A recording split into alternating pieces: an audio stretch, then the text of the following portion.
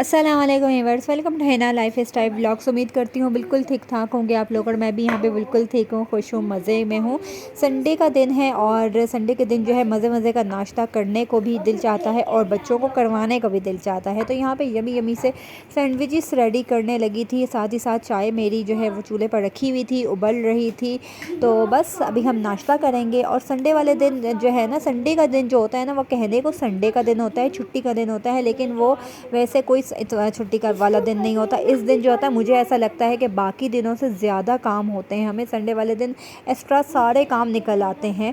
और पहले होता था कि मैं संडे मार्केट लाजमी जाती थी, अब भी ये कि महीने में एक आध बारी में जाती हूँ। धूप इतनी तेज़ है, गर्मी इतनी है कि गेट से बाहर कदम रखने को भी दिल नहीं चाहता।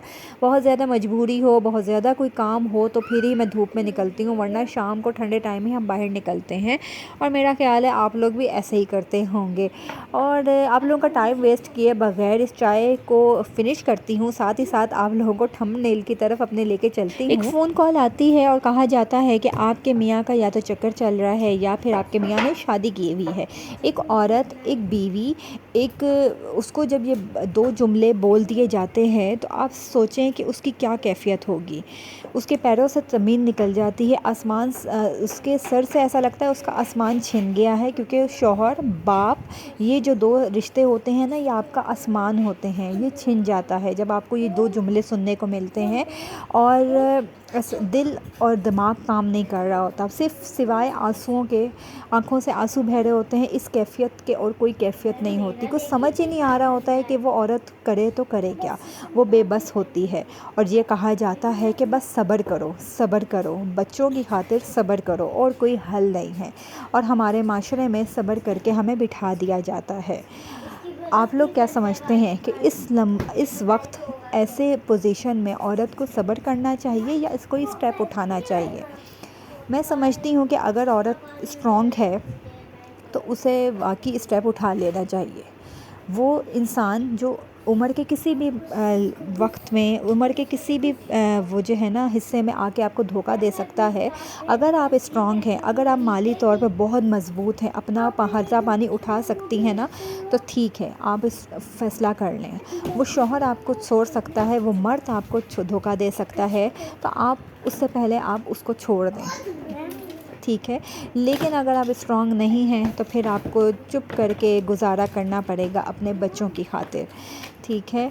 और क्योंकि वो शौहर आपका है या नहीं है, लेकिन वो बच्चों का बाप है और वो उसका ख़र्चा पानी उठा रहा है, अच्छे से कर रहा है। दुबई जो है वो एक बहुत ही अय्याश लोग, वहाँ ज़्यादातर अय्याशी बहुत ज़्यादा है, अय्याश लोग रहते हैं।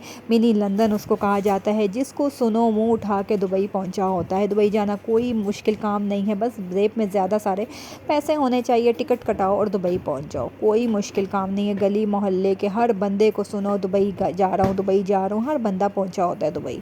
कोई मुश्किल काम नहीं है दुबई जाना। सुनने में आता है कि दुबई में जो मर्द रहते हैं, जिनकी ख़वातीन पाकिस्तान में होती हैं, उनके अफेयर्स बहुत ज़्यादा होते हैं, वो अफेयर्स चलाते हैं। गर्लफ्रेंड्स रखना दुबई में नॉर्मल बात है, कोई बड़ी बात ही नहीं है, नॉर्मल बात है। अगर ऐसी बात है, अगर मर्दों को गर्लफ्रेंड्स रखना मर्दों के लिए दुबई में नॉर्मल बात है, और उनसे गर्लफ्रेंड्स किस लिए रखी जाती हैं, ये बात अब मुझे आपको एक्सप्लेन नहीं करनी चाहिए। आप लोग खुद भी ख़वातीन हैं और आप लोगों को पता है कि गर्लफ्रेंड्स क्यों रखी जाती हैं। तो इस तरह तो फिर एक औरत भी कह सकती है कि मैं यहाँ पे बॉयफ्रेंड रख सकती हूँ, रख लेती हूँ, कि मुझसे भी अपने शौहर के बगैर रहा नहीं जाता।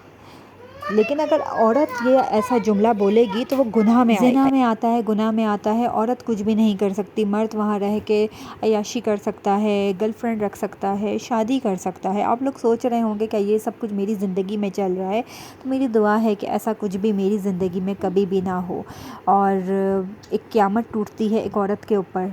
लेकिन हाँ, यहाँ पर मैं ये ज़रूर कहूँगी, ये जो फ़ोन कॉल की मैंने बात की, ये कुछ नाम नहात ना पीर फ़कीर होते हैं, जिनका काम होता है औरतों को जो है ब्लैकमेल करके औरतों का ब्रेन वॉश करना। तो ऐसे पीर फ़कीरों से आपको हमेशा दूर रहना चाहिए। ये आपको मुश्किल टाइम में आपको और ज़्यादा मुश्किल में डालते हैं, आपको और ज़्यादा परेशान करते हैं। ऐसे पीर फ़कीरों से हमेशा दूर रहना चाहिए।